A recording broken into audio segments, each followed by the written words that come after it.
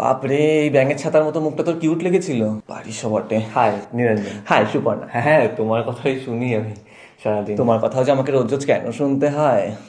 তুই এখানে দাঁড়িয়ে কি করছিস? যা, তাই শুরু করি। হ্যাঁ হ্যাঁ নিশ্চয়ই। কবে থেকে চেনেন আমাদের মহারানীকে? 9-10 মান্থ। আমাকে বললো 4 মাস হচ্ছে ওরও।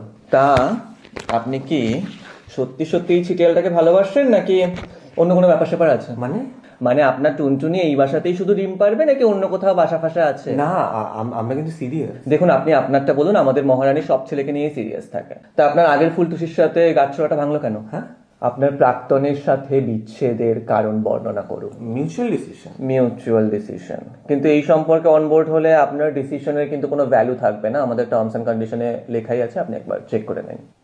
সো প্রাক্তনের সাথে এখনো কোনো চুকচুকানি? না। ভবিষ্যতে কোনো চুকচুকানির চান্স? না, কেন? দেখুন, আমি রিস্ক নিতে চাই না। আপনার টুনটুনি পরে অন্যের বাসায় গিয়ে ডিম পারলে এই মহারানীকে থেরাপি আমাকেই দিতে হবে। সো আপনি আপনারটা বলুন।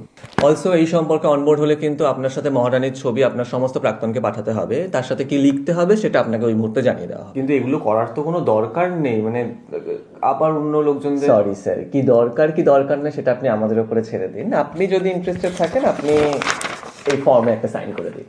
আপনি যদি নেক্সট রাউন্ডের জন্য সিলেক্ট হন, আপনার কাছে কল চলে যাবে, আপনি আসতে পারেন। Thank you. নেক্সট। নেক্সট। তো তোর একার কাছেই টুনটুনি আছে নাকি? But next.